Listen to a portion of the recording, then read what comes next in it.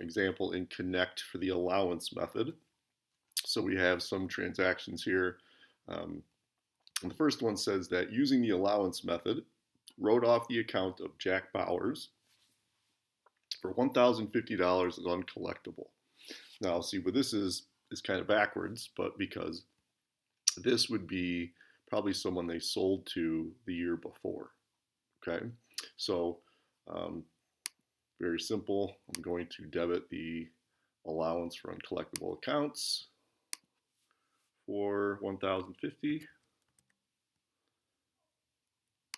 and credit accounts receivable for Jack Bowers $1,050.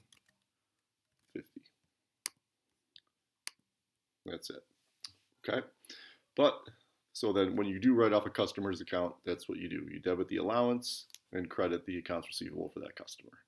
Pretty simple. Okay, but then lo and behold, a couple months later, he decides to pay us. Okay, so we have to first reinstate his account. So I'm going to debit accounts receivable for Jack Bowers, which reestablishes the account. And now I'm going to put that money back into the allowance account because we didn't use it. Okay, so I just reversed the transaction we previously did. Okay, it's called reversing an entry. So just flip it. Okay, now we receive the cash payment that we normally would. Debit cash for $1,050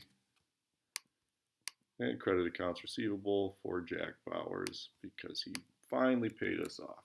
All right, record the entry. Okay, now this is where the allowance gets a little bit tricky. So this is the end of the year now. Okay, so now we need to figure out how much of an allowance we will, or how much of a cushion we need for the next year. Okay, so again, there are different methods for determining where does this 1,850 come from. But what this business is saying is, okay, let's say it's December 31st of 2020. We feel like next year we're going to need to write off $1,850 worth of the accounts receivable we still have on the books today in 2020. Okay, so this is called an adjusting entry, and they're just going to set up that account. Okay, so just keep in mind 2020 is ending today. Okay, so now we're going to take that big expense for the uncollectible accounts expense. So now the business gets to write that off and incurs the expense. Okay, keeping in line with the matching principle because they made the sales of those products during this year. And now we're going to go to the allowance account and we set that up. Okay, so now we have this much to work with next year when we determine that accounts are uncollectible.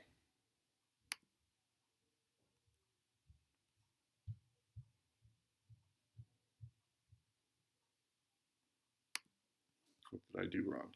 Enter debits before credits. Isn't that what I did? Uncollectible accounts expense, debit 1,850.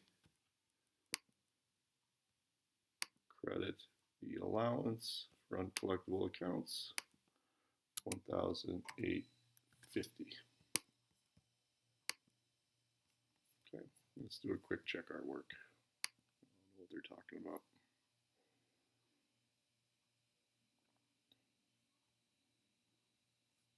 Yep, all good to go. All right, so you will have problems similar to that on your own work, but those are the two methods for handling uncollectible accounts.